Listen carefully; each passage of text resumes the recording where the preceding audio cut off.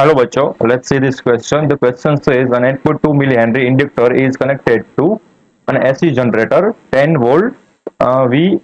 यहाँ पर RMS है, ठीक है, MG नहीं है, यहाँ पर है RMS 62 Hz। Determine the peak value of the current supplied by the generator। तो हमें एक इंडक्टर गिवन है, लेट्स से यहाँ पर ऐसे, एंड उसको कोई एक पावर सप्लाई के साथ कनेक्ट किया गया है ऐसे, ऐसी पावर सप्लाई है। एंड ऐसी पावर सप्लाई का जो VRMS है वो हमें गिवन है, VRMS equal to 10 volt. And जो फ्रीक्वेंसी है वो है 62 हर्ट्ज। एंड इंडक्टर की वैल्यू गिवन है वो है 8.2 मिली हेनरी। तो हमें बताना है कि इस सर्किट में से जो करंट होगी उसकी पीक वैल्यू यानी कि आई मैक्सिमम फाइंड करना है, वो कितना होगा। तो हम इस प्रॉब्लम में जो कि कंसेप्ट यूज करने वाले हैं वो होगा इम्पीडेंस ऑफ इंडक्टर का जो कि होता है XL is equal to 2πfl।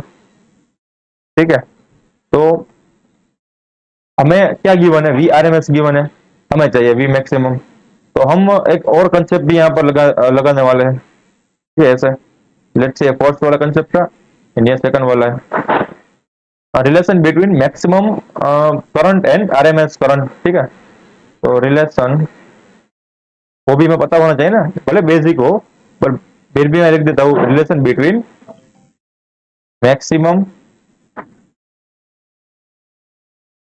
Current and RMS current, जो कि क्या होता है IRMS is equal to I maximum divided by √2। तो इन दोनों कंसेप्ट का यूज करके चलिए फाइंड करते हैं।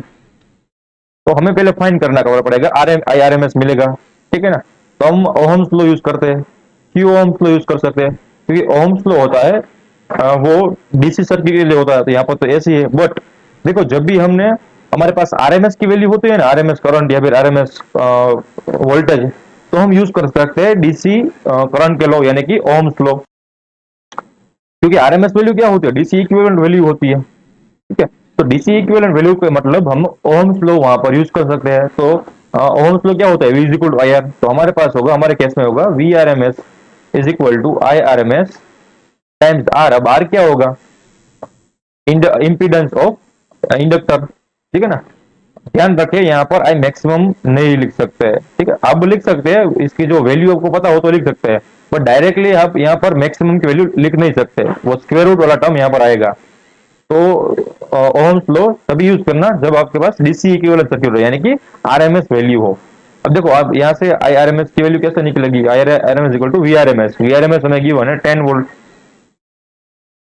डिवाइडेड बाय XL यानी कि 2πf इंटू L की वैल्यू क्या थी, L की वैल्यू थी 8.2 मिली हेनरी। अब मिली को हमें 10⁻³ में कन्वर्ट कर दिया। तो यहाँ से अब देखो IRMS की वैल्यू यहाँ पर पुट ही कर देते, तो IRMS वैल्यू क्या थी, आई मैक्सिमम बाय √2 की हमें इवेंचुअली चाहिए आई मैक्सिमम।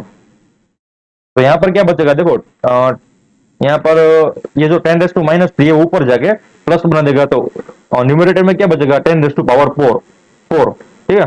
तो 10⁻⁴ यानी कि 10,000 divided by 2 further divided by 3.14 and again divided by 62 again 8.2, ठीक है।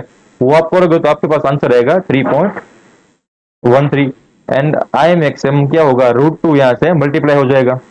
तो अगेन क्या होगा, square root of 2 times answer करोगे तो आपके पास क्या मिलेगा 3.13 टाइम्स स्क्वायर रूट ऑफ 2 करोगे तो 4.44 एम्पियर मिलेगा, ठीक है। तो ये आपका आंसर हो गया। तो final answer of the question is that maximum power maximum peak current of the circuit is 4.44 ampere. I hope you understood it well. Best of luck.